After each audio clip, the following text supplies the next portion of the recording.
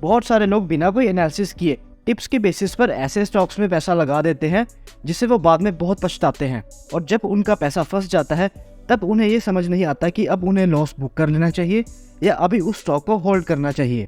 दरअसल गलती उनकी भी नहीं है, क्योंकि स्टॉक मार्केट जगह ही ऐसी है जिसमें बंदा पैसे लेकर एंट्री करता है और एक्सपीरियंस लेकर बाहर निकलता है। ये वैल्यूएबल एक्सपीरियंस आपको पैसा देकर ना लेना पड़े, इसलिए हमने अपने चैनल पर इजी एनालिसिस ऑफ स्टॉक्स नाम की एक सीरीज शुरू की है। इस सीरीज में हम उन स्टॉक्स का detail fundamental and technical analysis करते हैं जो आप हमें सजेस्ट करते हैं। ऐसे ही हमारे एक सब्सक्राइबर ने टेन्ना प्लेटफॉर्म स्टॉक्स के ऊपर एक डिटेल्ड एनालिसिस डिमांड किया है। आज की इस वीडियो में हम टेन्ना प्लेटफॉर्म्स को अच्छे से एनालाइज करेंगे और वीडियो के लास्ट में कंक्लूड करेंगे कि क्या आपको इस स्टॉक में इन्वेस्ट करना चाहिए या नहीं, और अगर आपने ऑलरेडी इन्वेस्ट किया हुआ है तो आगे आपकी इस स्टॉक को लेकर क्या अप्रोच होनी चाहिए। अगर आप भी अपने पोर्टफोलियो के स्टॉक्स का डिटेल्ड एनालिसिस करवाना चाहते हैं तो आप हमें इंस्टाग्राम पर स्टॉक का नाम मैसेज कर सकते हैं, जिसका लिंक आपको नीचे डिस्क्रिप्शन में मिल जाएगा। वीडियो को हम 3 पार्ट्स में डिवाइड करेंगे। पहले पार्ट में हम कंपनी और उसके बिजनेस मॉडल को समझेंगे। दूसरे पार्ट में हम कंपनी का detailed fundamental and technical analysis करेंगे, और वीडियो के थर्ड पार्ट यानी कि वीडियो के लास्ट में कंक्लूड करेंगे कि हमें इस स्टॉक में इन्वेस्ट करना चाहिए या नहीं।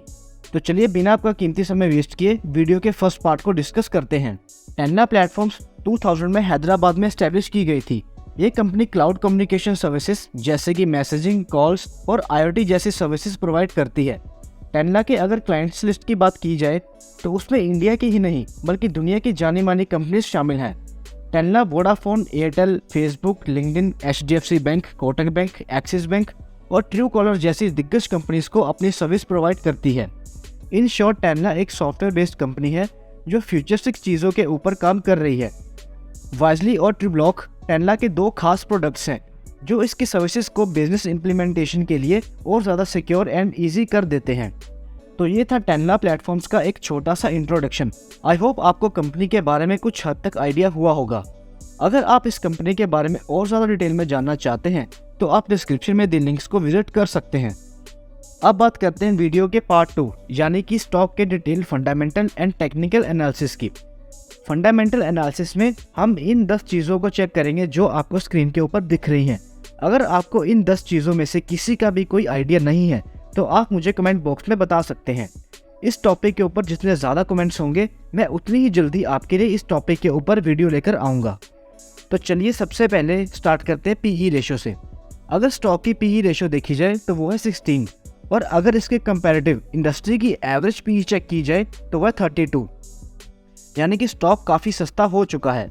लेकिन क्या यह स्टॉक अपनी PE को जस्टिफाई कर रहा है या नहीं, वो हम आगे देखते हैं। अगर कंपनी की पैग रेशियो की बात करूं तो वह है 0.25। जिस कंपनी की पैग रेशियो 1 या उससे कम की होती है तो इसका मतलब है कि कंपनी अच्छा ग्रो कर रही है।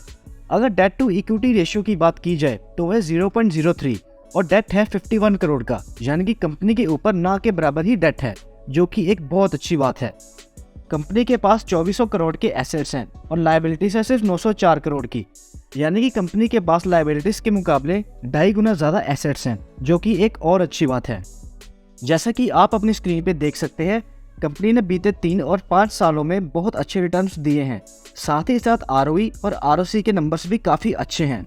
अभी तक कंपनी में सब अच्छा ही दिख रहा है, लेकिन सिर्फ रेशियोज के बेसिस पर हमें कोई भी फाइनल डिसीजन नहीं लेना है।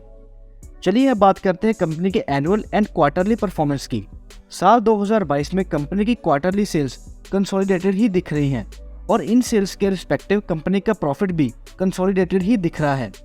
अगर एनुअली बात करूं तो कंपनी ने पिछले 5 साल से अपनी सेल्स में एक अच्छी ग्रोथ दिखाई है, और उसके रिस्पेक्टिव नेट प्रॉफिट में भी काफ़ी अच्छी ग्रोथ देखने को मिली है।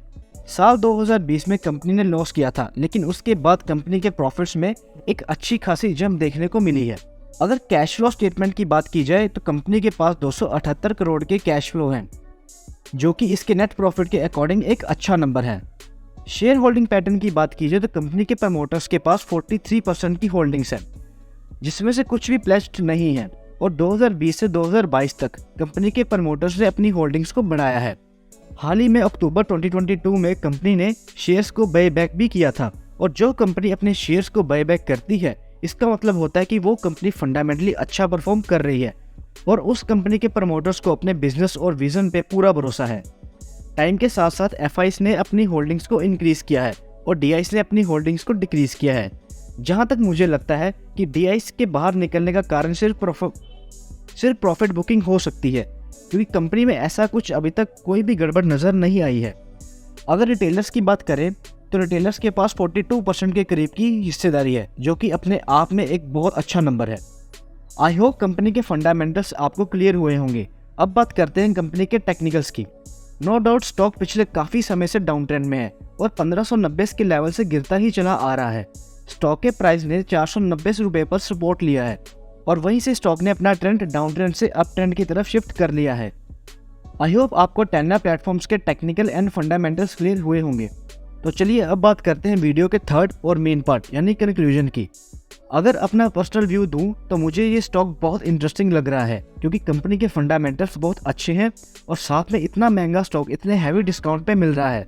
तो मैं इन फ्यूचर एक सही प्राइस पे इसमें ज़रूर इन्वेस्ट करना चाहूँगा और अभी से ही ये स्टॉक मेरी वॉच लिस्ट में ऐड हो जाएगा। 490 से ये स्टॉक बढ़ता ही चला जा रहा है, तो मैं इसमें इन्वेस्ट करने के लिए इसकी प्रॉफिट बुकिंग का वेट करूँगा और सही मौका मिलते ही इन्वेस्ट करूँगा। एक बात मैं आपसे क्लियर करना चाहूँगा कि मैं आपको किसी भी तरह का कोई स्टॉक रिकमेंडेशन नहीं दे रहा हूँ। ये वीडियो सिर्फ एजुकेशनल पर्पस के तौर पे बनाई जा रही है और इस वीडियो में मैंने सिर्फ स्टॉक का डिटेल एनालिसिस किया है। इसलिए किसी भी तरह की इन्वेस्टमेंट करने से पहले आपको स्टॉक का अच्छे से एनालिसिस करना आना चाहिए, जिसमें ये चैनल आपकी बहुत हेल्प कर सकता है। आई होप इस वीडियो से आज आपने बहुत कुछ नया सीखा होगा। अगर आप भी अपने पोर्टफोलियो के किसी भी स्टॉक का ऐसे ही डिटेल एनालिसिस करवाना चाहते हैं तो आप उस स्टॉक का नाम हमें इंस्टाग्राम पे मैसेज कर सकते हैं, जिसका लिंक आपको नीचे डिस्क्रिप्शन में मिल जाएगा। वीडियो अगर वैल्यूएबल लगी हो तो इसे लाइक एंड शेयर करना मत भूलें और अगर आप चैनल पर पहली बार आए हैं तो इसे ज़रूर सब्सक्राइब कर लें, ताकि आपसे किसी भी तरह की कोई भी इंपॉर्टेंट वीडियो मिस ना हो जाए। अपना कीमती समय देने के लिए आपका बहुत बहुत शुक्रिया। तो मिलते हैं अपनी अगली वीडियो में।